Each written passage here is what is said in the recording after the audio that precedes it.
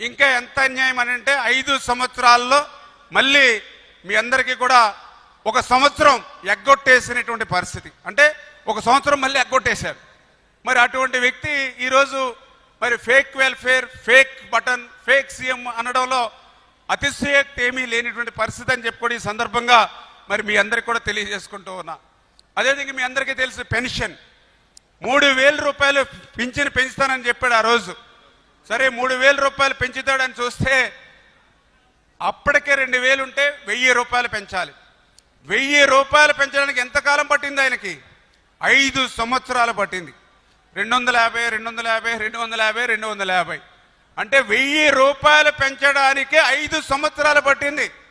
మరి ఆ రోజు 3,000 రూపాయలు ఇస్తానని 5 సంవత్సరాలకు కానీ మరి ఆ హామీని అమలు చేయనటువంటి వ్యక్తి మరి fake button, fake welfare, fake CM అనడంలో మరి అతిశయోక్తి లేదనేటువంటి విషయాన్ని, మరొక విషయాన్ని కూడా మీకు గుర్తు చేస్తూ ఉన్నా. మద్యపాన నిషేధం. ఎవరు చెప్పారు ఈ మాట? ఆ రోజు జగన్మోహన్ రెడ్డి రేపు అధికారంలోకి వచ్చిన తర్వాత మద్యపాన నిషేధం అన్నాడు. మళ్ళీ మీటింగుల్లో కూడా చెప్పాడు, మేము మద్యాన్ని నిషేధం చేసే ఓట్లు అడుగుతానని చెప్పాడు. మరి మొన్న 2024 ఎన్నికల ముందు మరి మద్యపానం నిషేధం చేసే ఓట్లు అడిగాడా మనల్ని? అంటే ఫేక్ అంటే అదే ఒక పెద్ద ఉదాహరణ అనే విషయాన్ని కూడా సందర్భంగా తెలియజేస్తూ ఉన్నా. మద్యపాన నిషేధం అటు మాట అటుంచి మద్యాన్ని కూడా ఒక ఆదాయంగా మార్చుకుని కల్తీ నాసిరకం ఏదైతే మరి తయారు చేసి, ఎందుకంటే ఆ యొక్క బ్రాందీ తయారు చేసేది అతనే, బ్రాందీ అమ్మే షాపులు కూడా ఆయన చేతిలోనే పెట్టుకున్నాడు. ఆ రకంగా మన జంగారెడ్డిగూడలో కూడా 27 మంది చనిపోయారు మన దగ్గర కూడా కల్తీ నాసిరకం తాగి. అటువంటి వ్యక్తి మరి ఈవేళ ఫేక్ సీఎం, ఫేక్ వెల్ఫేర్, మరి ఏదైతే ఫేక్ మరి బటన్ జగన్మోహన్ రెడ్డి కాదా అనే విషయాన్ని మరొక్కసారి సందర్భంగా గుర్తు చేసుకుంటూ, మరి అదేవిధంగా ఆ రోజు ఎన్నికల్లో కూడా చెప్పాడు, వారం రోజుల్లోనే సిపిఎస్ రద్దు అన్నాడు.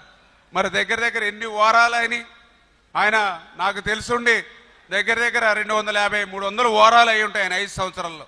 ఎక్కడ కూడా దాన్ని ఊసేయలేనిటువంటి పరిస్థితి.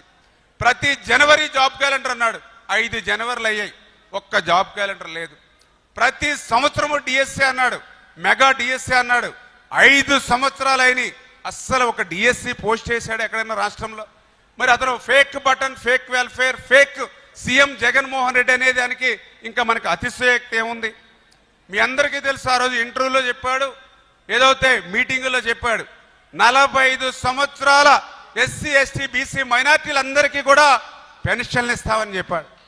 ఆ సాక్షి విలేకరు కూడా ఆయన ఇంటర్వ్యూ చేశాడు, ఇది 45 సంవత్సరాలకే పెన్షన్ ఇస్తామని చెప్తూ ఉన్నారు, ఇది సాధ్యమా అని చెప్పి పాపం సాక్షి విలేకరు అడిగితే దానికి కూడా జగన్మోహన్ రెడ్డి సమాధానం చెప్పాడు. ఏంటన్నా 45 సంవత్సరాలు వస్తే వాళ్ళకి కీళ్ళు దెబ్బతింటాయి, మరి కాళ్ళు పనిచేయనటువంటి పరిస్థితి వస్తుంది, అటువంటి వాళ్ళకి మనం పెన్షన్ ఇవ్వాలన్నా అని ఆ రోజు ఇంటర్వ్యూలో కూడా చెప్పాడు జగన్మోహన్ రెడ్డి. మరి ఆయన 5 సంవత్సరాల అధికారంలో ఎక్కడైనా ఒక్కడికైనా ఆ రకమైనటువంటి పెన్షన్ ఇచ్చాడా? మరి fake welfare, fake button, fake CM Jagan అని మనందరికి కూడా క్లియర్గా అర్థమవుతున్నటువంటి పరిస్థితి. మరి టిట్కో ఇళ్ళు కూడా మీ అందరికీ తెలుసు, పెద్ద దీర్ఘం తీసి మాట్లాడేవాడు. చంద్రబాబు నాయుడు గారు ఇల్లును తాకట్టు పెట్టేస్తా ఉన్నాడు, 20 సంవత్సరాల పాటు మీరు కట్టుకుంటూ పోవాలని పెద్ద దీర్ఘం మాట్లాడాడు. మరి అధికారంలోకి వచ్చాక ఏం చేశాడు? మళ్ళీ ఆ టిట్కో ఇళ్ళని అతనే తాకట్టు పెట్టి మళ్ళీ 5,000 కోట్ల రూపాయల రాష్ట్రంలో గుంజి దోచుకునేటువంటి పరిస్థితి మరొక్కసారి మీ ద్వారా గుర్తు చేస్తూ ఉన్నా. మరి ఈ రకంగా 5 సంవత్సరాలు ఫేక్ వెల్ఫేర్, ఫేక్ బటన్ తోటి ఫేక్ సీఎం జగన్ గా గుర్తించబడినటువంటి వ్యక్తి ఈవేళ సంక్షేమం గురించి మాట్లాడుతూ ఉంటే దెయ్యాలు వేదాలు ఒలించినట్టుగా ఉందని చెప్పడానికి అదే ఒక కారణం అని చెప్పి తెలియజేసుకుంటూ, ఆయనకి ఈ మధ్యన కూడా ఒక భయం పట్టుకుంది ఆయనకి. ఎందుకంటే అధికారం కావాలి జగన్మోహన్ రెడ్డికి, కుర్చీ మీద ఆయనకు ఆశ. ఎందుకంటే మీ అందరూ చూశారు, తండ్రి అధికారాన్ని పెట్టుకుని ఆ రోజు 1,00,000 కోట్లు ఆర్జించాడు. తండ్రి శవాన్ని అడ్డం పెట్టుకుని మరి సంతకాల సేకరణ పెట్టి ముఖ్యమంత్రి అవ్వాలనుకున్నాడు. తర్వాత 19లో ఒక్క ఛాన్స్ అంటూ అధికారంలోకి వచ్చాడు. ప్రభుత్వ వ్యతిరేక ఓటు అనేది ప్రజలు కూడా ఏ స్థాయిలో చంద్రబాబు నాయుడిని ద్వేషించుకుంటా ఉన్న పరిస్థితి ఉంది అని అంటే, ఆ ద్వేషం ఈ స్థాయిలోకి ఇప్పటికే సంవత్సరం కాలంలోనే వచ్చింది. గ్రామాల్లో మొట్టమొదట కనపడేది ఏమిటి? ఈ స్థాయి నుంచి పిల్లలు మొదలు పెడతారు. ఈ స్థాయి నుంచి పిల్లలు మొదలు పెడతారు. చంద్రబాబు నాయుడుని ప్రశ్నించడం, చంద్రబాబు నాయుడు గారి కార్యకర్తలను ప్రశ్నించడం, చంద్రబాబు గారి నాయకులను ప్రశ్నించడం, ఈ స్థాయి నుంచి చిన్నపిల్లలు సైతం మొదలు పెడతారు. నా 15,000 సంగతి ఏమిటి అని ఈ స్థాయి నుంచి పిల్లలు మొదలు పెడతారు. ఎన్నికలప్పుడు ఏమని చెప్పాడు? ఇంటింటికి పోయాడు, ఇంటింటికి కరపత్రాలు పంచినారు, ఇంటింటికి బాండ్లు అన్నాడు, ఇంటింటికి పోయి ఏం చెప్పినాడు? ఇంట్లో చిన్నపిల్లలు, మీ ఇదే పాలకొల్లు నుంచి వచ్చిన కార్పొరేటర్లకు అయితే ఇంకా బాగా చక్కగా తెలుసు. ఆ మంత్రి రామానాయుడు అనే ఆ మంత్రి, ఆయన మాట్లాడిన మాటలు వైరల్ అవుతూ ఉంటాయి. ఇప్పుడు ఈ రోజుకి కూడా సోషల్ మీడియాలో ఆయన మాట్లాడిన వీడియో టేపు. ఆయన ఏమన్నాడు? ఇంటింటికి ఆయన పోతాడు, ఆయనతో పాటు కార్యకర్తలు అందరినీ పంపించాడు. అక్కడ పోయి ఏమంటాడు? చిన్నపిల్లలు కనపడితే నీకు 15,000, నీకు 15,000, నీకు 15,000. అదే ఇంట్లో నుంచి వాళ్ళ అమ్మ బయటకు వచ్చింది, పిల్లల అమ్మ, వాళ్ళ చిన్నమ్మ. వీళ్ళు బయటకు వస్తే వాళ్ళని చూడగానే, వాళ్ళని చూసిన వెంటనే నీకు 18,000, నీకు 18,000, నీకు 18,000 అంటాడు. సంతోషమా అని అంటాడు. మళ్ళా అంతలో ఇంట్లో నుంచి ఈ చిన్నమ్మలు, ఈ అమ్మలు, వాళ్ళ అమ్మలు బయటకు వచ్చినారు. వాళ్ళని చూడగానే నీకు 50 ఏళ్ళ వయసు కదా, మీకు 48,000, నీకు 48,000, నీకు 48,000 అన్న మొదలుపెట్టినాడు. అంతటితో ఆగల. ఇంట్లో నుంచి 20 ఏళ్ళ పిల్లోడు వస్తే ఇట్లా చూసి నీకు 36,000, నీకు 36,000, నీకు 36,000 సంతోషమా అన్నాడు. అంతటితో ఆగల. ఆ ఇంట్లో నుంచి ఒక రైతు బయటకు వచ్చినట్టు కండువా కప్పుకొని, రైతు అని చెప్పి ఎప్పుడైతే చూశాడో నీకు 26,000, నీకు 26,000, నీకు 26,000 అన్న మొదలుపెట్టాడు. ఇలా మనం చెప్పిన దానికన్నా కూడా 3 4 ఎక్కువగా ఇస్తాము అని చెప్పి ప్రతి ఇంటికి కూడా వీళ్ళు చెప్పిన మాటలు వీళ్ళను వెంటాడుతూనే ఉంటాయి.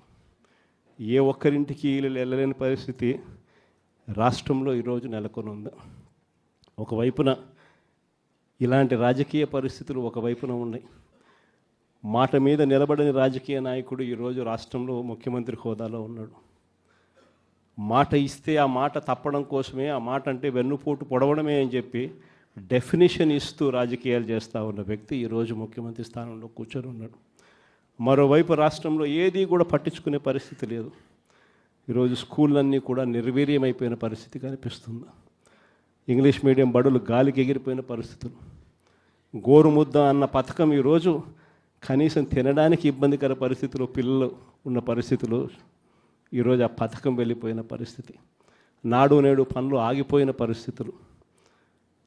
పిల్లల చేతుల్లో ట్యాబులు పెట్టి 8వ తరగతికి వచ్చేసరికి చిక్కటి చిరునవ్వుతో పిల్లలు కనిపించే పరిస్థితి ఈరోజు తెరమరుగైపోయింది.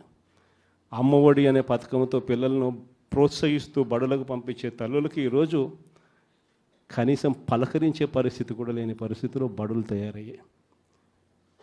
మరోవైపున పేదవాడి వైద్యం గురించి కనీసం ఆలోచన చేసే పరిస్థితిలో కూడా ఈ ప్రభుత్వం లేదు.